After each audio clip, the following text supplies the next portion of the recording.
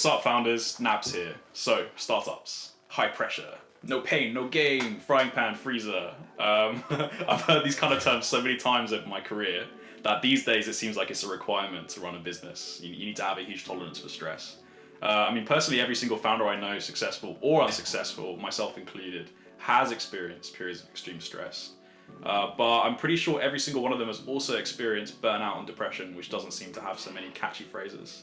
I've definitely experienced these things too. So today I want to explore why founders get into these places, why they're more vulnerable than most people, and maybe some ways for people to catch it early without things getting too bad.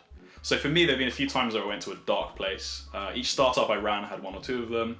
The first important thing to note is that there were always a lot of factors all joining up and creating what felt like a perfect storm of depression.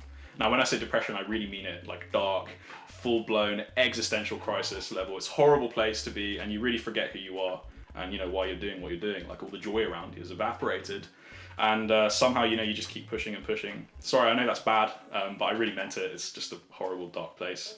It's hard for me to separate the causes and effects that take you there, but one thing I'm pretty sure is a cause is that there's always something disappearing in the business.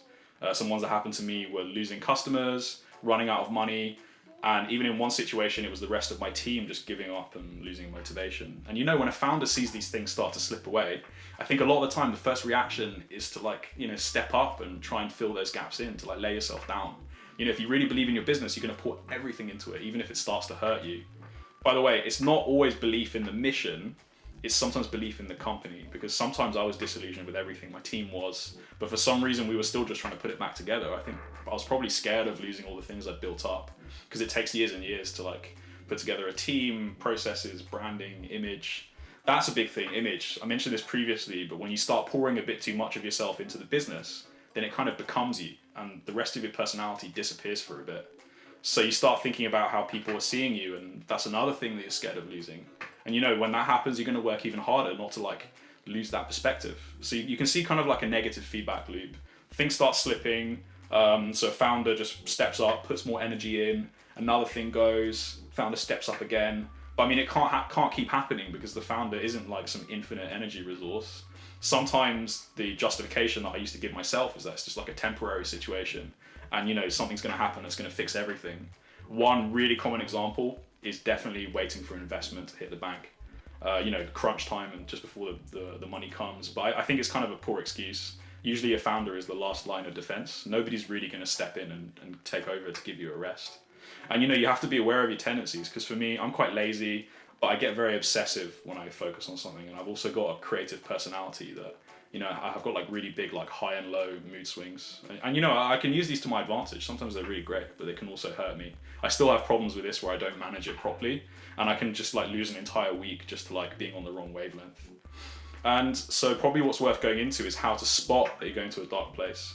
Now for me, I think probably the biggest one is my weight. So it's a huge indicator. If I start stress eating and my weight starts going up and I'm not doing my fitness and not sleeping well, then it probably means I'm having a bad time. You can really count on it if you see that.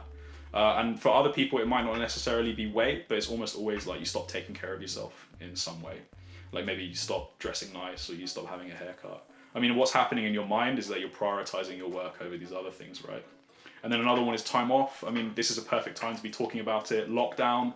I bet there's a lot of us out there who haven't really taken much time off, because we're at home all the time and it's so chilled out. So there's no point, right? But the problem is the occasional bank holiday and obviously the weekend. It's not enough.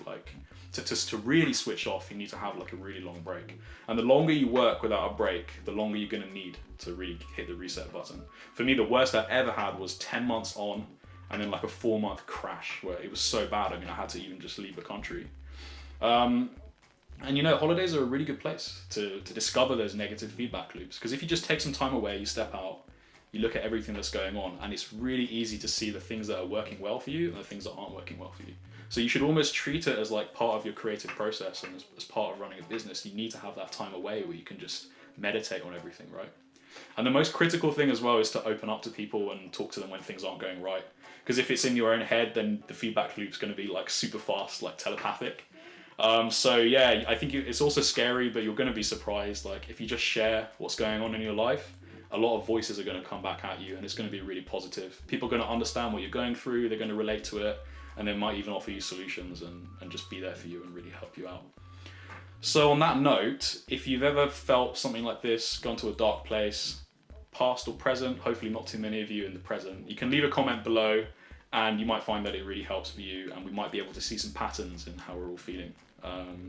Regardless, I hope everybody takes care. Make sure you get your time off. Hope you enjoyed that bank holiday the other day. And yeah, I'll see you next time, all right? Bye, everybody.